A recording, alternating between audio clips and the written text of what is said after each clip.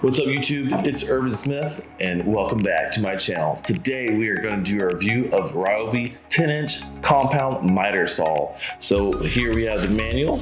Of course, you know how to read that, so let's dive in. We're here for the tool, not the manual. So let's dive in, take a closer look at this tool and see what we could do with it. Let's get started. All right, now that we got the tool in front of us, I'm gonna dive in a little bit more detailed on some of the stuff that this thing can do. So of course you have your two handles here, your engage switch, your two-step switches here on the left. You push in and push back. That engages your blade to go. You have a LED switch up top. It does not come equipped with a LED laser to show on your project. I wish it did, but in the manual it states that the LED light is supposed to illuminate your teeth onto your project, but I would assume that's only for nighttime work versus a daylight area or a well-lit area. You're not going to see that. So you do have your switch on the side. It does come with three things. It comes with your arms that we install from underneath. It does come with a tool to install those, which is nice. And then it comes with a little mount holder for your longer projects that mounts on the left hand side. That way you put that down, you screw this in, that way you keep your boards or your cutting material safe and secured down while you cut.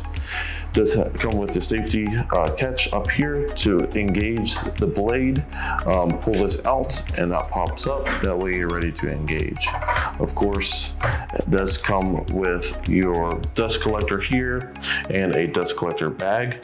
You probably could connect a shop vac to that, a little bit more easier in dust management.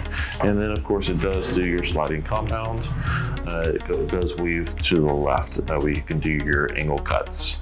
Down here we have the tension for your left and right. It does come with your measurements down here all the way to 45 degrees and then 45 degrees back.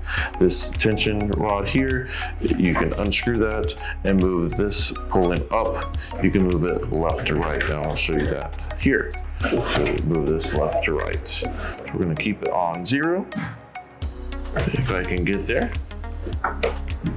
Just like that, and then you tighten this rod here, and that way it stays stationary. So let's dive into the back and see what we got. All right, now we're on the backhand side. Of course, this is where your dust collector goes. Uninstall that. You can probably put your shop vac there for your dust management. And this is where your bevel comes into play. Twist that off, makes it nice, and do your 45-degree karate chops. So all you gotta do is loosen that up or tighten it back up to the degree you want, and they made it super simple. This is super simple to get super duper. Sorry. So they made this super big, that way you can tighten it up pretty tight, that way it doesn't slip. So let's dive in to see what this bad boy can do. We're gonna put it under some stress. For any kind of projects we do, of course, safety comes first. All right, now that we got everything installed, if you haven't already, make sure you go smash that subscribe button, go hit that notification button, and comment, what is your favorite type of wood? Of course, olive wood is beautiful. So we're going to dive right in. We're going to do some sample cuts. So this first cut is we're just going to go straight in at a sliding cut. Make sure you do not, and I repeat, make sure you do not put your hands on the table. We don't want a missing finger, do we? No, we don't. So let's get going.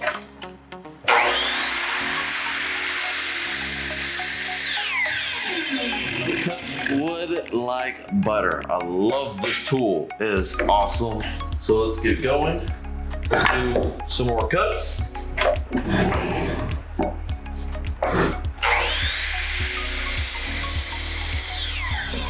can cut pieces all day long like this. Let's get going.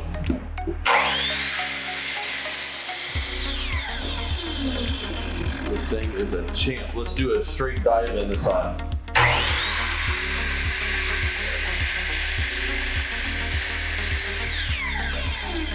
With the dive in, makes it cut like butter.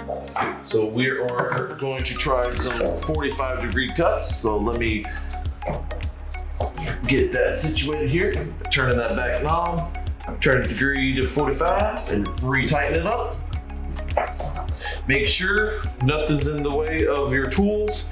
You may have to remove your holder piece because I know last time we got in the way because it's on the sides. So let's see this 45-degree cut.